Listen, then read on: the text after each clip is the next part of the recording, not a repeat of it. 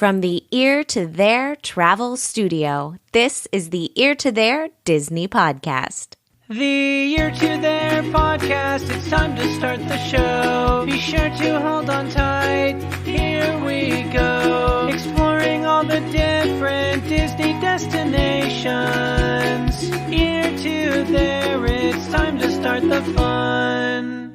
Hello, everybody, and welcome to the Ear to There Disney Podcast. I'm your host, Phil Gramlich. I am also the owner and the founder of Ear to There Travel, which is a Disney specialized travel agency. It's my job, along with all of the vacationers on the Ear to There Travel team, to take away all that stress, all that anxiety, and all that time that it takes to plan a Disney trip. Because whether we're talking Walt Disney World, Disneyland, the Disney Cruise Line, Adventures by Disney, it takes a long time to plan these vacations. So we'll take away all of that so you can focus on the really, really fun things, like having a great time with your family and friends and enjoying the magic. And I'd like to mention all of our services, including getting your dining reservations set up, your fast passes set up, getting you the best possible price for your either room only or package reservation, getting you special event tickets, transportation, everything is all at no extra charge to you. Yes, just like the samples at Costco or Sam's Club, our services are always free. And you can listen to this podcast. You can meet everyone on the Ear to There Travel team, or you can get your free, no obligation quote over at eartotheretravel.com.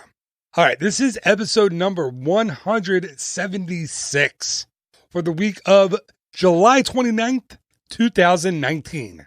So grab a drink, grab a snack, and as a famous mouse once said, on with the show.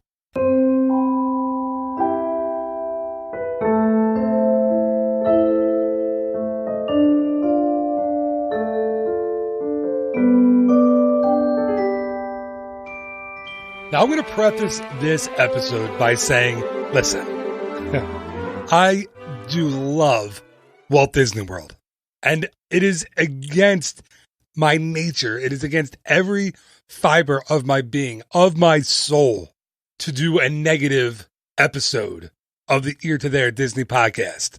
So that's not what this will be. This will not be a negative episode. I'm not going to talk badly about things that you may enjoy, but, and that's a big but, I'm going to be honest because I owe it to you, the listener, to be honest. And if I'm being honest, I love the majority of restaurants in Walt Disney World. But listen, some of them are overrated. Yes, it's true. There are overrated restaurants in Walt Disney World. Now listen, you could enjoy these restaurants. You could love them. You could go to them on every trip. Totally cool. I'm not going to blame you for it. I'm not going to try to convince you not to go. These are just my opinions and the opinions of my guest host, my co-host, my friend. And we're not going to try to change your mind today while you listen to this episode. But we will, in fact, be talking about the most overrated restaurants in all of Walt Disney World. Here to talk all about the most overrated restaurants in Walt Disney World with me is my most overrated guest host, Chuck Rodriguez. Welcome back to the show. Thank you. Thank you very much, Phil. For a minute there, I was hoping that the topic would be most overrated people that I go to Walt Disney World with. That would have been a little more fun. Am I going to be on that list? Now you'll never know until we do the topic. Yeah. Now I want to record that right after this one. I need to know. All right, so I was just saying to you before we hit record, this is so right up your alley. It's insane. Because if people have listened to you on the show before, they know you tend to be a little pessimistic, a little maybe on the sarcastic side. So I thought this is going to be a great one for you. And you're right. And not only that, but I have not eaten refined sugar in 5 days now. So I was a little concerned when we were talking about topics that we might choose something where I'd be so passionate about it that I could become loud and confrontational. So Wait, isn't that every day in your life? That's just what you do, isn't it? What? I said, isn't that just what you do? Well, the topics could. This topic, I want to thank you because this one, like in the musical The Producers, it just keeps it light, keeps it bright, keeps it gay. It's fine. It'll be fine. So, listen, before we get started, I got to say, you know very well, you know me really well, you know that Walt Disney World is my favorite vacation spot to go to. I love almost everything about it, including the resorts, the theme parks, the attractions. I love the food, but it doesn't mean I have to love every single restaurant, and it doesn't mean I'm not going to give you my honest answer. So I'm excited about this. I have a list of 5. I don't know how many. Did I hear you right? Did you say you have a list? Yes. So this is a first in months and months, maybe like the last at least 4 podcasts I think I've done with you, where I actually spent time making a list. Now, in fairness, it was a little easy for me because by coincidence, and I don't know if you might have read the same article, but last night there was a great article ranking the 16 table service restaurants at Disney Springs. And it actually got me into a whole conversation with my brothers back and forth via text about some of the restaurants. So the topic was in my mind anyway, I guess. That's cool. No, I didn't see that. But see, I'm on this level where I don't read anything anymore. I just kind of go. All right, so let's get started, Chuck. I want you to go first because I want to so I'm all over the place. I'm in the parks. Yes. Yeah, I figured. Me too. All right, so I'm completely lying. I'm not in the resorts or Disney Springs at all. I'm straight parks. Oh, okay. That's interesting. Yeah, as I look at my list. All right, so you go first, Chuck, and let's see what you got.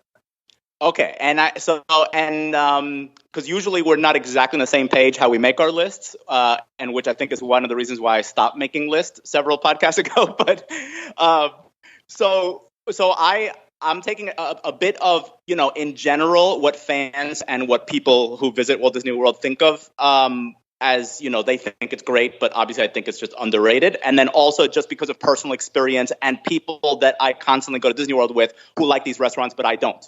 Okay, fair enough. So I think you'll see some things that will make you think of specific trips when I've seen you. All right. So basically, these are all the places that we love and we drag you to. No, I didn't go that far. But okay. So the first one, which was inspired by the article I read yesterday, and my brothers and I agree on this one. At Disney Springs, the combination of Rainforest Cafe and T-Rex Cafe. Overrated. Yes. Why? Well, first of all, they're both from the same company. They're both the same concept and really pretty much the same food. Now, I'll be the first to say, as a person who did not grow up close enough to visit Walt Disney World, constantly, like I get to now, or my nieces are growing up, being able to go practically every weekend. Going to Rainforest Cafe when they began to open in shopping malls around the country was so exciting because it was the closest thing we had to something that we probably would see at Walt Disney World. But now, 30 years later, it's just not impressive enough. I think the food is, TGI Fridays or Applebee's at best quality. And, what's wrong with Fridays, man? Come on. Which is fine because sometimes I go to TGI Fridays or Applebee's, but and then the general theme and the concept, I think it's underrated. I don't think it's horrible, and I've been at both several times over the years, but I do believe it's underrated. Overrated. Overrated, sorry. So, I don't disagree with your first pick at all. I was saying we crazily enough lost power. We had a break, so now I'm going to try to pick it up. I just let the listeners know because I don't want to be like, they're going to be listening and be like, that was weird that he just said it like that. But I don't disagree. I was saying we do have a Rainforest Cafe close to here in Atlantic City. So like you're right. It's the same kind of thing. I'd like to go to Rainforest or T-Rex with the kids when they want to go, but it's definitely not somewhere that I kind of seek out. You know what's weird though, Chuck? I'll tell you what. With clients, with people who have little kids who haven't gone a lot, it is they're like 2 of the most requested reservations that I get. Well, I was going to actually ask something similar because it amazes me that since 1998, there are 2 rainforest cafes at Walt Disney World, and they seem to do just fine. Because Yeah. I don't think that they're like impossible to get reservations in all the time, but they certainly seem to be always full. They are always full, and they're not impossible to get reservations for by any means, but you need to get reservations because if you don't, you're going to be waiting. Like you're right, they're always full. When we've stayed at Saratoga Springs, I will lots of times walk over to Disney Springs to get us dinner if the kids are wiped out or something, and I'll just go find a bar table at Rainforest sometimes. But if you're looking, there's a whole line outside of people who are all waiting to get in. It's always busy over there. All right, here's mine. Now, I went a little differently than you, where I have a place that I think is overrated, and then I have a recommendation where I think the listener should go instead of my overrated. Oh, that's interesting. Okay, yeah, I'm not. It would never occur to me to do that because I just don't like to be helpful. I just laughed. I threw my head back and laughed, and my headphones almost fell off. That was that funny. All right, so here we go. So my first one is at the Contemporary, and it's Chef Mickey's. Very, in my opinion, overrated. Now, let's get something straight about it, right? There's a lot to like about Chef Mickey's. Character interaction is fantastic. Eating a meal in the Contemporary on the concourse really can't be beat. There's nothing like the monorail going by over your head while you're sitting back and enjoying breakfast or dinner. But the main problem with Chef Mickey's is the food. It's just not that good. It's just not. When I'm paying money for a character meal, I want really good food, and it's just not as good. I try to steer listeners and try to steer clients away from Chef Mickey's, and where I say they should go instead is over to Animal Kingdom and go to Tusker House, which has a phenomenal breakfast, a phenomenal lunch or dinner. Characters almost the same. There's not as many. You get Mickey. Trying to remember, you get Mickey. I've seen Daisy. I've seen Donald.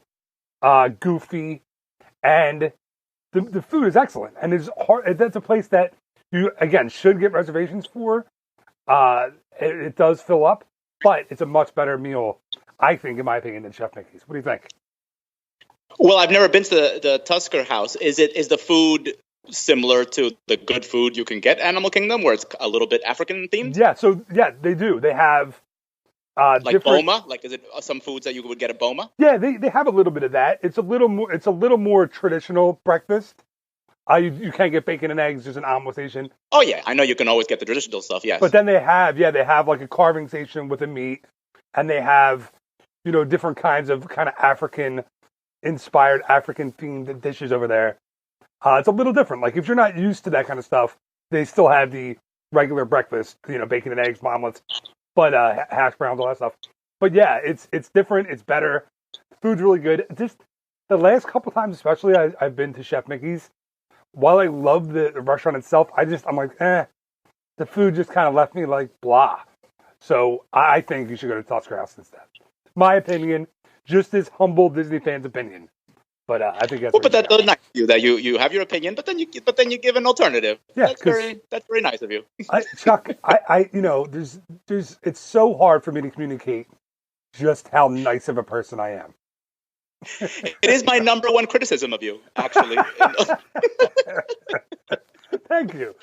I actually take that as a compliment. I think I do. I am going to take it as a compliment. It's technically a compllement. It's very backhanded, but it's a little bit backhanded. All right. So now I'm interested in where you're going. I agree with your first one, and let's see. I know I'm not going to agree with all of yours, so let's go with your second one. Well, my second one actually is basically a continuation of what yours just was, because my next pick is every character dining experience at Walt Disney World. Of course it is. And I think you knew I was going to say that. I did. I was going in here pretty. I'm really looking forward to your choices. What's that? I'm sorry, I talked over you. No, it's okay. So I as I've gotten older, and because I don't have children, I do see that in general, it is overrated. In general, the entire concept of eating with characters, because the food is a bit bland depending on where you go. The last one I did was Akershus, and I did not appreciate the food at all. But then again, I rarely even eat when I go to the cafeteria at IKEA, so maybe that's why. But and honestly, yes, I mean, I tried to get into it because I was there with nieces, and I realized that they appreciate and look forward to seeing the characters and the princesses and whatnot. But I just don't see how the interaction with the characters actually compensates for the prices of some of these places. I just don't see it. I'm not going to. You're not going to get me because most of the time when I do that, someone else is paying. But still, well, you're not going to get me to say that because I think the character meals are great for families. I have to disagree with you. Listen.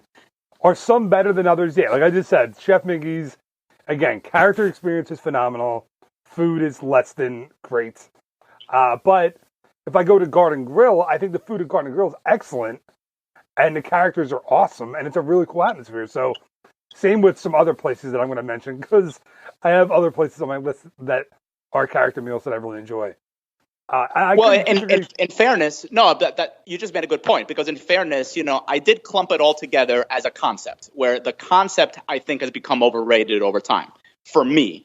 But there are specific places like the Garden Grill, which I did go with Amy and the kids, and yes, I really liked it. Between the food and the revolving and the overall service, yes, I did enjoy it. Actually, yeah, it's a good place. You know what I always wonder about? This is going to be so stupid, but I don't care. But I always wonder about that are there faster speeds? Like, can I turn that restaurant up and really go for it? I always wonder that. Like, I don't know how fast it can go. I mean, I have to assume there'd be some nausea involved in that. Yes, I agree. There's a bar that Amy and I went to in New Orleans a couple of years ago. The Carousel Bar was in our hotel in New Orleans, and it's literally a carousel inside in the restaurant inside the hotel that you sit at, and it spins kind of like that does. And you sit on like these old-fashioned like bar seats, and it's an old carousel and it rotates in a circle really slowly. So you don't get sick, but I think these things are cool, like the mannequins dance floor and that, and the I remember that. Like fun, and that was a little fast. Like once you had a couple drinks in you, getting on and off the floor was not easy. You can imagine the few times I was there, I was like, all right, this is, it's not a good place for someone who likes strong beer or strong drinks for sure. All right, so yeah, I disagree with your character concept, but that's fine. I know. I like that you're like, yeah, I knew you were gonna do that. All right. My next one on the list, and it's another one that a lot of clients request reservations for, and it's almost like a rite of passage in Walt Disney World, but it's Tony's Town Square. Listen. Oh, that was on my list too. Oh, good. So we can kind of tag team this one. Yeah. It's all about location, right? Tony's Town Square. It's location. You're eating in Town Square. That's a really big deal. You get to see the hustle and bustle on Main Street. There's all kinds of stuff going on. You can see the parade sometimes. The problem is it's not great Italian food. And again, this might be a theme.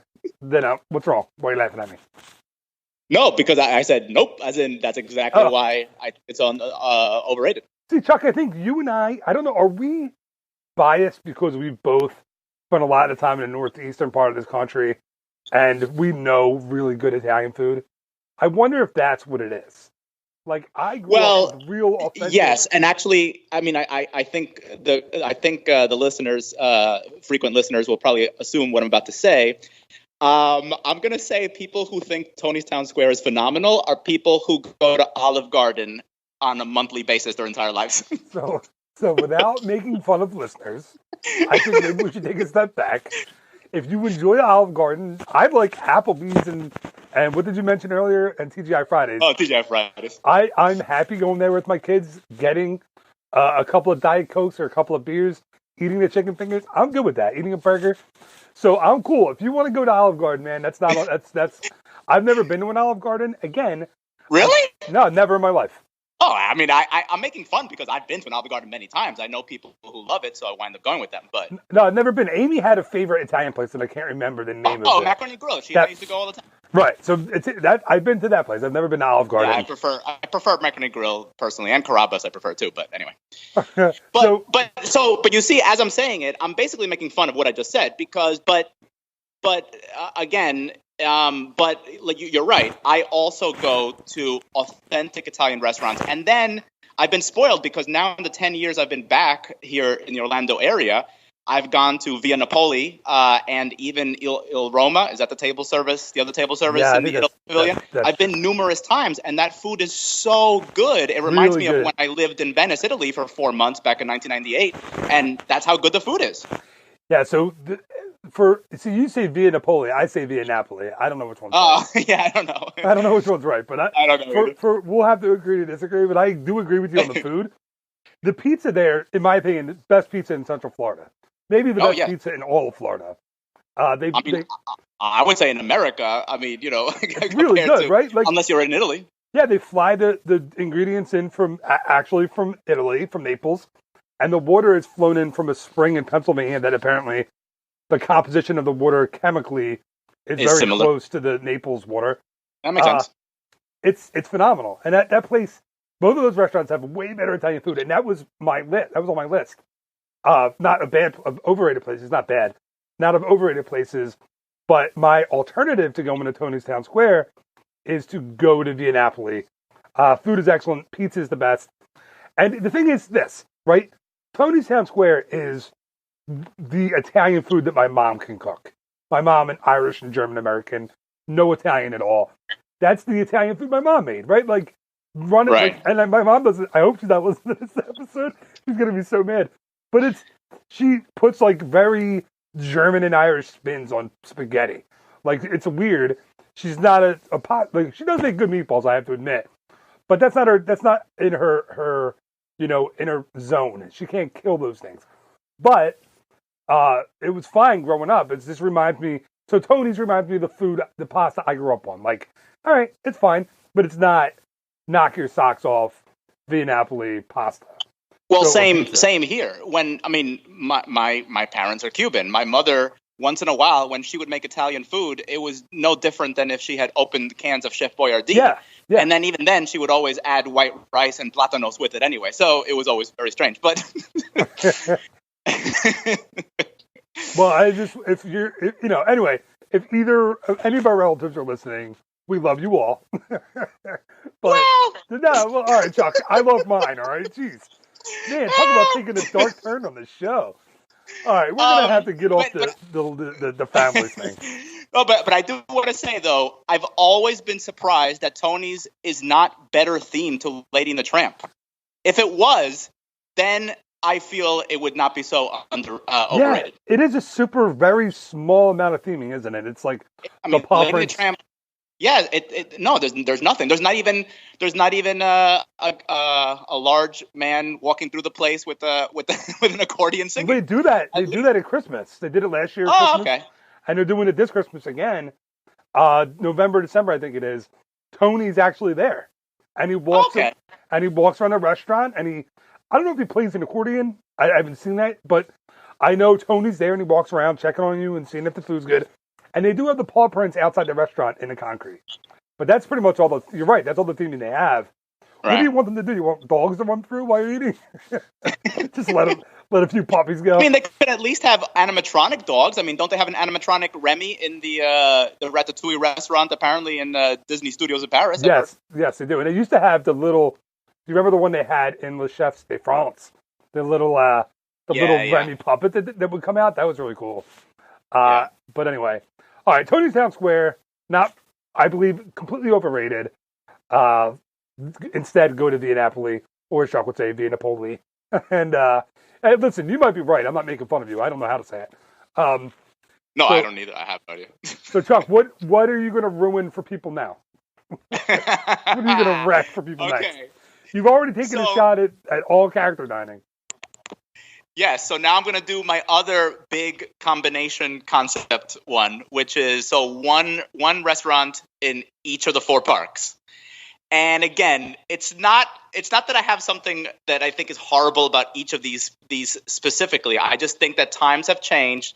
palates for most of us who are now in middle age but used to want to go to these restaurants when we were 10 has changed. So I'm going to just lump together Cosmic Rays, Starlight Cafe, Electric Umbrella, Restaurantosaurus, and Backlot Express. Wow. Backlot Express hurts me because I love listening to the TV theme songs in the background because I actually have all the CDs of television theme songs throughout the years. It's like hundreds of songs. But yes, I lumped them together, and I think you understand why I did. Because you're a cold, heartless monster? No, I'm just saying,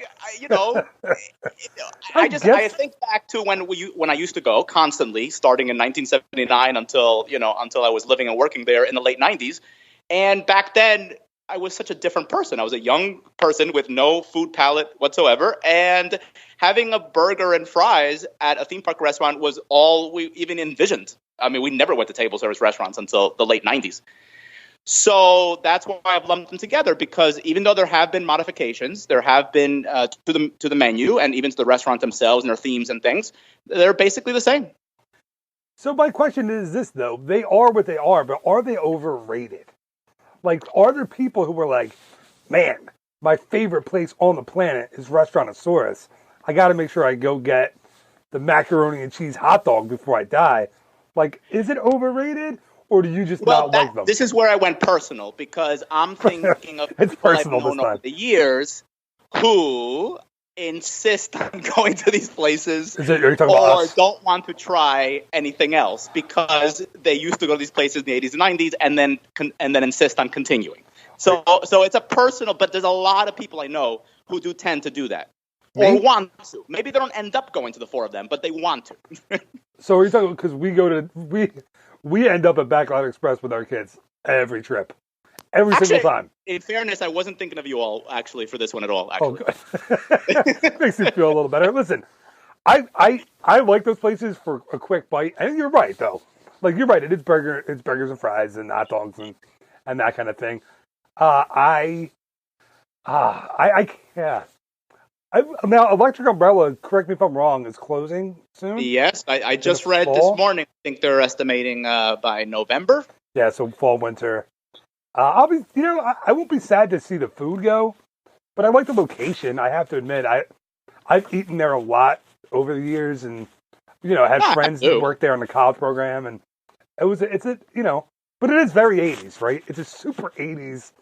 Like, actually, out of the four, I would say that one is the Backlot Express is really not themed very well. I mean, it's just props and then television theme songs playing in the background. But it has aged maybe the worst out of the four, I would say. Yeah, I disagree a little on Backlot Express about the theming. I think it works still, but since the park isn't you're not going behind the scenes of a studio anymore. Yeah. It doesn't really work. It's law on normal visitors who are not theme park geeks like we are. It's lost on them that the theme. Like, I don't even think that people think about it. I think you're right, and it's the same thing as over at Star Tours, but like the back of the is it AT-AT or AT-AT? I say AT-AT. Oh yeah, I don't know either. On the back of it, where you can see all the stilts and the poles and everything holding it up. That was supposed to look like a movie set from the front. And the back, you're supposed to see what the bare bones of it all, because it was a studio.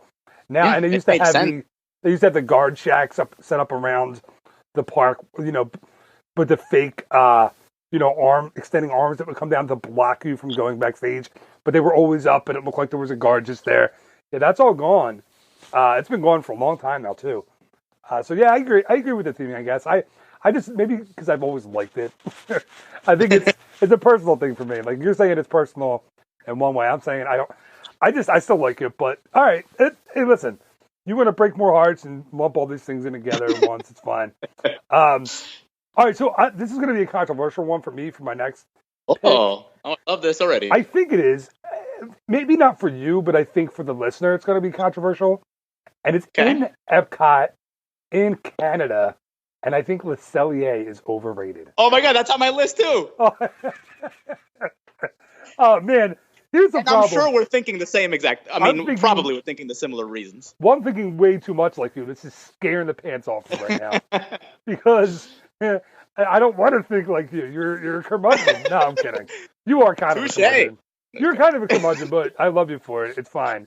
But no, like, listen, the steaks here, and I usually get the steak. It's a steakhouse, so they're good. They are good. They're small. They're not the best on property, and I think a lot of people, guests, especially first-time guests, hear Le Cellier Steakhouse and are thinking 90s Le Cellier Steakhouse, and it's not. It's not your father's Le Cellier.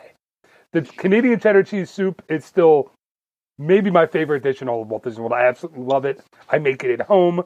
The filet here is really good, but there are just better steaks you can get elsewhere. And this is a super hard. It's still a really hard reservation to get. And I just think, listen, if you want to get a great steak, there are other places to go. You can go to Shula's, I think, is a phenomenal place to get a steak, and the Yachtsman Steakhouse. Both bury Le Cellier. I'm sorry to say it. They're much better. They bury this place. And listen, I like Le Cellier too. I went in the 90s. I loved it then. I just think it's overrated now. So I agree. My reasons may be a little bit different. First of all, I've never ordered a steak in a restaurant in my entire life. I just don't eat steak. I don't love it. Never have. But I used to go to Le Cellier, just like I've been to Yachtsman Steakhouse. Never been to Shula's though.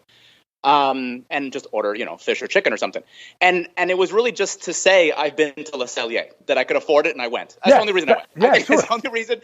Because especially when I worked there, there was only a certain percentage of people who worked there who would actually go, and it was just bragging rights.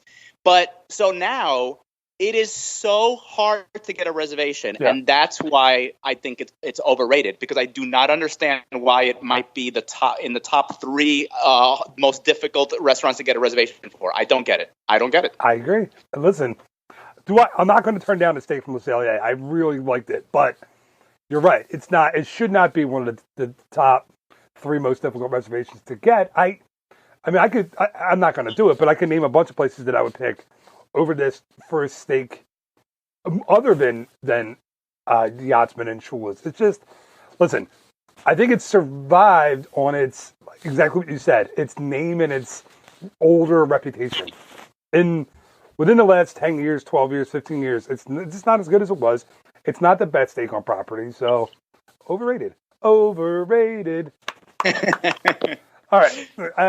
I think that's going to be controversial. I think people are going to listen to me say that and be like, but you told me it was good. And I'm going to be like, listen, yeah, it's good, but it's not the best. Oh, man, I think it continues to be rated as, one of the best theme park restaurants on the planet. Yeah. I'm sure it will always be. It's just weird that it is so hard to get into it. It is. To get a reservation. Is it the size of it? Or I'm thinking of the inside now. It's not a tremendously big restaurant, but yeah, I would love to see exactly how many seats are there compared to other similar priced restaurants. I guess I've never really been to that. Yeah, the layout's a little hard to kind of get an idea of like how many tables are in there, because it's a wine cellar, right? So it's a little kind of hard to tell. Anyway, all right, Chuck, how many do you have left on your list?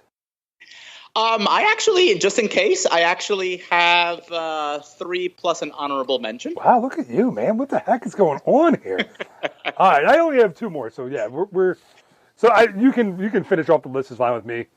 You're up, and I only have 2 left. I have no honorable mentions, but it's okay. Okay, the next one is ridiculously personal, because I'm really saying it because of my family and because of you and your family. ESPN's ESPN Club. I knew this was coming. I don't know how many times over the years, either with y'all or with my family, and a handful of other times, maybe with a couple other types of people that I've known, that I have wound up having to eat at this place. Luckily, most of the time I didn't have to pay, because I don't get it.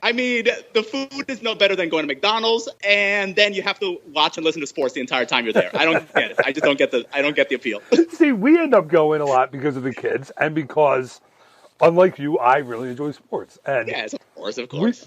I think I was there. I don't think it was you. I saw a couple Phillies games in the 2008 playoffs there. We were on a trip, and I didn't realize they'd make the playoffs and then the World Series and then win the World Series that year. So we saw, I think, a couple divisional playoff games. Sorry, I just took a nap for a second. Listen, this isn't all for you, Chuck. All right, I'm telling other people too. I watch Eagles games there too. It is a super popular place to go for sports fans. Other than that, you're right. The food, again, listen, the food's bar food is what it is. Yes. It's chicken wings, it's fries, it's nachos, it's burgers. They took my favorite burger off the menu a few years ago. The peanut butter and jelly burger isn't there anymore. So, what'd you say? Yuck. I know, you don't like peanut butter, man. It's your weird Peanut person. butter and cheese is the only two things I won't eat. Well, this didn't have cheese on it. It was peanut butter. And just on the burger itself? Yeah, it was peanut butter and it went like bun, peanut butter, bacon, burger, and then underneath was the jelly and the candied jalapenos, and then bun. So it was a good. I mean, after that, you might as well go straight to your doctor and ask for a prescription for Lipitor. Listen, I didn't eat it every day. It was like once on. It was a vacation thing. But no, it was good. But I get it. Listen, it's not your cup of tea. Yeah, you know what? I can agree that it's overrated. It is, because it's always busy again, always crowded, and yeah, it's not everybody's cup of tea. But I like it. We will still go. And guess what? Because you brought this up in October, you want to have dinner with us? We're going to ESPN. Well, luckily in October, there'll be so many other interesting people there that I can hang out with. Of course, we're talking about... Which I do keep telling Amy that constantly recently. That's terrible. But one last thing about the ESPN Club is that, ironically, it has great value for me and my friends since 1996, in that it's always if we want to park at the boardwalk in order to go to Epcot through the gateway and not have to go to the main parking lot, we always say, because we're going to ESPN Club. So don't do that if you're a listener. Don't do that. It's the only value it has. It's the only value. That. That is not what you're supposed to do. Chuck, it's gone too hard. I haven't done that in like 2 years now. All right, honestly. Good. I was going to say you're going to get somebody ticketed or towed. Oh God, no. I do. I don't know. I think we've talked about this before, but I'm the first person to admit that that it has become very difficult to park anywhere Walt Disney World that you're not supposed to be. So to the point where I really only get to like park at a hotel now, only like if you guys are staying there. That's it. It's the only way, because they do check to see that you're actually staying there and that I know you. They do. Yeah, they do. All right, so ESPN zone from Chuck. I don't agree, but that is par for the course, I think. All right, so my next one, another Epcot one. I'm looking at my list. This is one, Chuck, I think you can, well, I don't know how you're going to feel about this one. And it's in the Mexico Pavilion, the San Angel Inn in Mexico. Okay. So, listen, I have eaten here a bunch, and I do enjoy it. Listen, it's a really cool restaurant, and you have the boats that go around from the Grand Fiesta Tour, which is kind of like Pirates of the Caribbean and the Blue Bayou in Disneyland. I'm assuming that was designed that way on purpose. Yeah, I'm sure. Listen, but if you're looking for Mexican food, I think you can get almost the same. Not the same. It's better inside. But if you go to now my Spanish accent's going to be terrible. So the Cantina, what is it? De San Angel, is that how you say it? De San Angel Inn? Yeah. Okay, so you mean the quick service place, not outside. The other table service? Outside. The quick service place where you can get a drink. And it's not when it's 1,000 degrees outside. But when it's moderately warm or in the 80s or so, you can get nachos outside. You can get a drink. You can get a soda. Your kids can get something. Sit outside on the water, enjoy it outside. I think it's I don't know. For me, if I'm not a huge authentic Mexican food guy, so if I just need like my nacho fix or something, I'm more than happy to just sit outside on the water, have a frozen margarita outside, and just get nachos out there. So I just think it's fine Mexican food. It's just not, if you are in the mood for real, actual, authentic Mexican food, you might be a little disappointed. Okay, so you're going to be surprised with my response, actually, because as much of a curmudgeon as I am, I have to admit that restaurant, the overall atmosphere, still technically I enjoy it as much as I used to eat there in the 80s and 90s. That's awesome. Like I said, there's still something about it now. But when it comes to the food, however, I finally tried the new place that's on Wilshire Case Lagoon across the way, right. And the food there is so much better. It's not even a comparison. So that one is called, what's it called? I don't know the name. Darn. Well, it's the enclosed place across the way. Yes. I haven't eaten there, so I can't even tell you. But so maybe we can point people there instead of inside the. Yes, no, I would assume. I mean, at least I remember from the couple times we made reservations at both places over the past 10 years, several times now. I think it's easier to get across unless it's close to Illuminations because it has a great view. Impossible. So in the night. But the food is superior. It's much more modern take on Mexican food, kind of like the new place at Disney Springs that's Mexican, which I've been to and I love too. I've not been there. I think it's called. Yeah, I've not been there yet. Yeah, we gotta expand our horizons with my darn kids. We go to like the same 3 places when we're down there. But unfortunately, they're coming in October, so there's nothing I can do about it. Oh well. All right, so what do you got? You got another one? Do you have 2 more? Yeah, I mean, I technically do. So the next one is just a quick mention. Is just because everybody, I think a lot of listeners know that I'm a dessert freak, especially chocolate, and I'm gonna say Beaches and Cream. Wow. And I'm gonna say it because that's surprising. Because I'm such a dessert freak that I've gotten to the point where I realize I prefer quality to quantity. So that there's so instead many of dessert freak, you're more dessert snob. And freak. Yeah, that too. Sure. Go ahead. Any word you can come up with, I'm not going to disagree with you. I'm not going to disagree with anyone. It's fine in the comments. Because I know you're going to talk about the Girard Deli and the milkshakes and the ice cream. Yeah, the new gelato place, the new the cupcake place, the new ice cream place from Brooklyn that's at the boardwalk. Oh, Ample Hills. The new artisan ice cream place that's in the France Pavilion. Yeah. It's just gotten to the point where, I used to want to go there because I used to eat an entire Milky Way sundae, by myself, even though it's meant to be, I think, eaten by like 3 or 4 people. And I used to eat the whole thing by myself. But now it's quality versus quantity. And it's so small. There's like, 3 tables in there? It's ridiculous. No, it is really small. It is really tiny. And it's another place that's hard to get into. I don't think it's overrated because I think they're, and listen, again, my taste, the cheeseburger there is awesome. The burger and fries there and a little sundae for dessert is awesome. I'm not a big sweets guy. I can't do like the kitchen sink or a Milky Way sundae. Right. I'm much more like one flavor ice cream, one like topping. Like you give me anything with a peanut butter cup in it, with ice cream, I'm in. Like that's perfect. But yeah, I can't do all the huge desserts.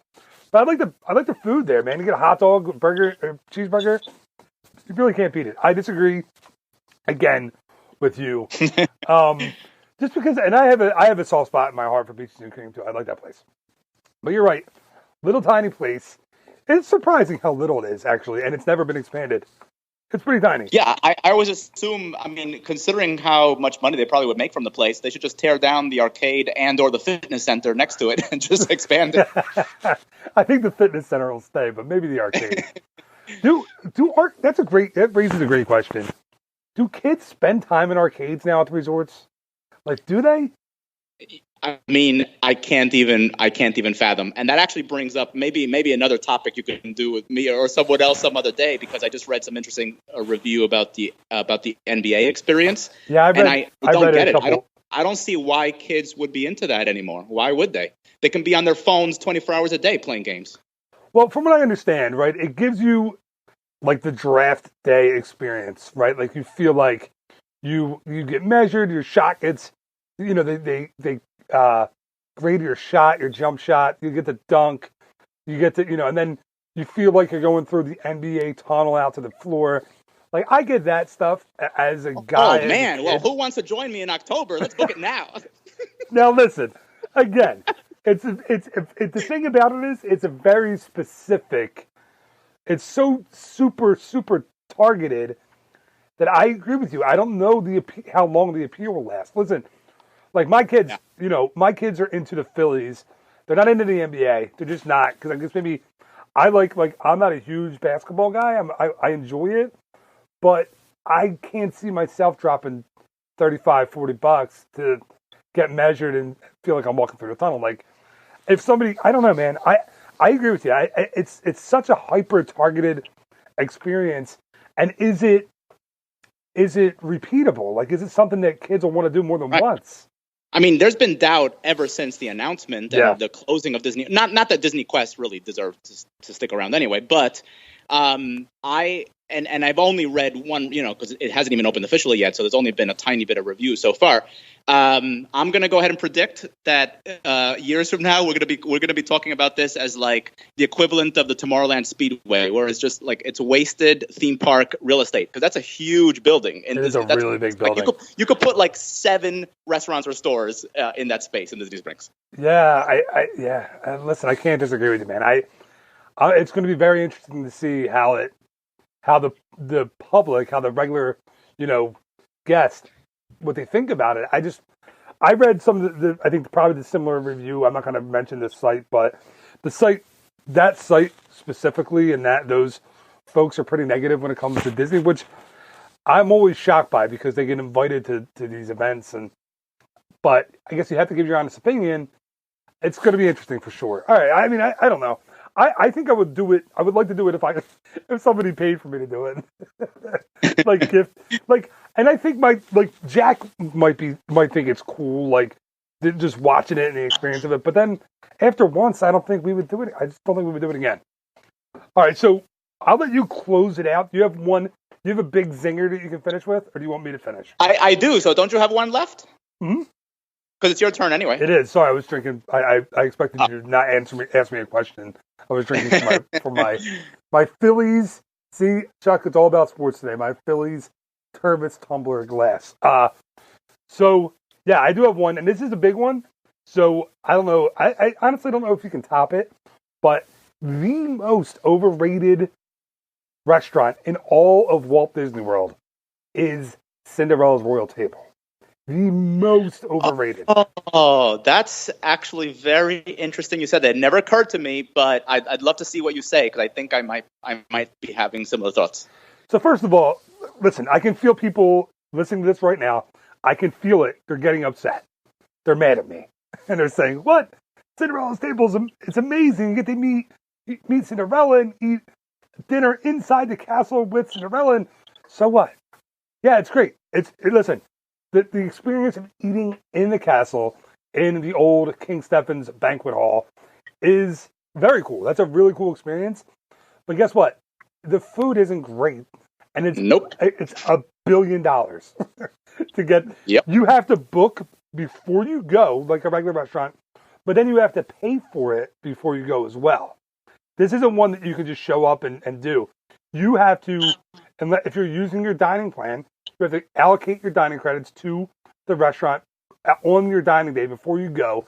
And if you're paying out of pocket, you literally have to pay for this meal when you book it. So months before you go. You can have similar experiences with these princesses, with these characters at other places. And I think the food, it doesn't justify the price tag. And dining in Cinderella Castle, at least to me, a man who's 40 years old, no, not a 17-year-old girl, or a 13-year-old girl, a 10-year-old girl, or whatever it is, whoever would find the great appeal here. Obviously, that's not me.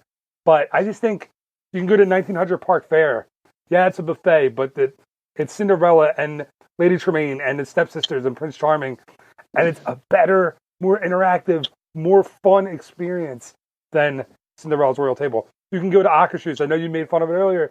The princesses, and you do a princess like parade, and it's Cinderella and Snow White and Ariel and Belle and Sleeping Beauty. You get this amazing experience with them. I just think it's so outrageously overpriced. And listen, I can, I make money selling Disney trips. So this is what I do for a living. And I'm telling you right now, it's overpriced, it's overrated. So I have two, actually, one question and then my thoughts. My question to you actually is, would this be in the top three with Le Cellier as like the hardest to get reservations for? It's very hard to get reservations for, Yeah. yes. Yeah. So that's one of the reasons why, just like Le Cellier, I think it's obviously overrated just because it's so hard to get into. And then I agree with everything you said, but I have to be honest about my hypocrisy because I know that every once in a while my family and I do try to get reservations for it because my nieces just want to be able to experience eating inside the castle because they're obsessed with the concept. And if we finally get a reservation, no matter how much money it is and no matter how much I'm going to be rolling my eyes at how underrated and how gross the food is, I'm going to probably pay and join them. I probably will. I'm sure I will. No, you know what it is, though, Chuck? I get it. I completely get it. You know what's crazy about this place? There's no kitchen. The kitchen's in the Where is the kitchen? It's in the utilidors. Oh, it's all the way down there, so the elevator, I guess. Yeah, so you got to bring the food. It's not even hot. Like, so it's cold when it gets to your table. Yeah, it's been a while since I've been there. Kind of. Yeah, I mean, it's not technically. They put it in the little dishes, the little silver warming plates and all that. But yeah, it's not like when you eat at Be Our Guest, they bring the food right out. And then listen, Be Our Guest has its own problems, which since it's gone to the price or the fixed price menu and all that, but at least the food is coming out piping hot and fresh. This place, it takes a trip in an elevator before you even get to the food. Like, to me, listen, save your money. Save your money. If you're listening to this right now, save your money. Book 1900 Park Fair. I know it's a buffet. Book Akershus. I know it's a buffet. The value of what you're getting for your dollar is just so much better. And go to Bibbidi Bobbidi Boutique in the castle if your kids want to do something in the castle. Like, your girls want to get dressed up and be a princess, do that, and then go to 1900 Park Fair. It's worth it. For me, it's a better idea. Anyway, Chuck, your job now is to bring this show home. You need to hit it out of the park for your last one. Casey's Corner, but I'm punch. You stink. I do not see the purpose of that place except when you're leaving the park and Main Street is crowded and you walk through the stores and you have to enter through Casey's and you have to be overwhelmed by the disgusting stench of a combination of almost 50 years worth of ketchup and mustard that's been caked into the place. Oh, you are nuts. You are nuts. Dude, I don't understand how you don't have nostalgic feelings about Casey's Corner. Oh, honestly, I've talked about this with my family. I guess we just never ate there. It just never was our thing. We would have gone instead to Cosmic Rays or one of the places that had hamburgers and fries also, because I think we just preferred that to hot dogs. The other places that you ripped earlier in the episode. Yeah. So, and then of course, like I said, now it would never even occur to us to eat there, just like it doesn't occur to us to eat at Cosmic Rays, unless of course we're exhausted, we didn't make any reservations, everything is crowded, and we give up. I have to again. I disagree with you, but the thing about it for me is, listen, for my kids, and it's a different thing. The first time I went to Walt Disney World, I was 12 or 13. So I remember eating there and being very excited because I remember seeing it in like the book and the planning video. And it's always been a cool thing for me and my family, and we've always done it. And when they opened up the inside seating, when they expanded that, now there's all tables inside, and you could sit inside when it's air conditioned and it's nice. We are the crazy people who will literally get our food and just stand inside and wait for a table to open up and then go sit down with the kids and that starts our trip. We do it almost every time. Listen, is the food phenomenal? No. It's hot dogs and French fries. It's something, it's a tradition for us. We love it. I like the hot dog of the month. I think that's a really cool thing that they do now. They got rid of... Yeah, at least, as a variety, which is interesting considering most people don't go monthly, so... No, and they got rid of the foot-long hot dog, which really people were upset about. That doesn't bother me. I never could eat a foot-long hot dog. You ever see this? It's tremendous. I eat the corn dog nuggets. I was super upset when they went to the weird, turkey corn dog nuggets or chicken. Did you see them? They were, gray looking. It wasn't good. No, I didn't see them eat them, but... Yeah, I think 3 days later they went back to the regular hot dog, corn dog nuggets. So I disagree with you completely and 100%. Yes, I knew you would. And yeah, for you, it's got cheese, I get it. So you had an honorable mention, or you wanted to stop it here? Well, I mean, actually, I'm just curious if anyone else really thinks about this, but it's a weird honorable mention. It's actually Blaze at Disney Springs. I saw the And the only reason I'm saying it is because, so when it opened, I thought it was the greatest thing since sliced bread, especially for a person like me who doesn't necessarily like cheese on their pizza, all the time. And the concept was incredible. I mean, I waited in line for 40 minutes, like 4 times in the first month when it opened. But now all of a sudden, Blaze and other chains just like it are everywhere. There's one just 5 minutes from my apartment. Wow, I didn't even realize that. So that quick, the concept has expanded across the country. So I just don't feel like wasting, the time when I go to Disney Springs anymore for it. That's all. By the way, did you know that concept was invented on Seinfeld in the 90s? Do you remember Kramer had the make your own pizza place? Oh my God, vaguely. Yeah, but I would have to watch the episode again. But yes, I think I know what you're talking about. Yeah, he did. That was like his dream to open the make your own pizza place. I think that was the same episode when he was putting his shirt in the pizza oven to warm it. So before he put it on, so ridiculous. But yeah, Cosmo Kramer had the idea in the 90s. So it took a long time for restaurateurs to get on board and start make your own pizza places. We do that. We do that at home. For the kids, we get dough and cheese and pepperoni and let them make their own pizza. Pizzeria Uno does it for the kids menu. So it's not exactly a new concept, I don't think. Anyway, Chuck. No, they just improved upon it, I guess. Yes, they did. And I look forward to seeing you pretty soon and taking you to some of these places that you hate. I'm really excited about that. We will. Now I'm going to be on a mission. We're going to go to, when we hang out at Magic Kingdom, we're going to Casey's. We're going to Cosmic Rays. By the way, they just put Sunny Eclipse back. He was gone for a while, and he's back. So I know you'll. Yeah, I'm pretty sure his days are numbered. You're a terrible person. Chuck, thanks again for recording. I'll see you soon. Thank you.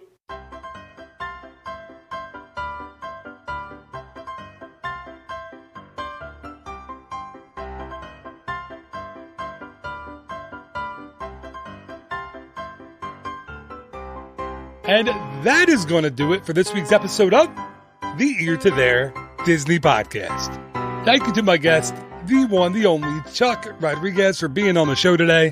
And I would like to remind you that those opinions that were expressed by Mr. Rodriguez are his and his alone, and they do not reflect the ideals or the opinions of Ear to There Travel or its owner, me. I just want to make that known for you. So thank you to Chuck for being on the show. And thank you so much for listening today or tonight or this afternoon or whenever you're listening. I really appreciate it. I know I wanted to mention that I apologize for my gap in episodes between the last episode 175 and this one. I just had a health issue, not a big one, but I wasn't able to record in the middle there. So thank you so much for coming back and for listening. And like I said, I hope you enjoyed this episode, just like I hope you enjoy every single episode that I put out there. Alrighty, just remember there will be a new episode of the Ear to There Disney Podcast next week, along with another new episode of the Walt Disney World Word of the Week, and hopefully a bonus episode as well. We will see what happens. I am going on vacation with the family next week, so we'll see how much time they allow me for work. Anyway, until next time, thank you again so much for listening. You are awesome. Have a phenomenal, fantastic week. Bye-bye.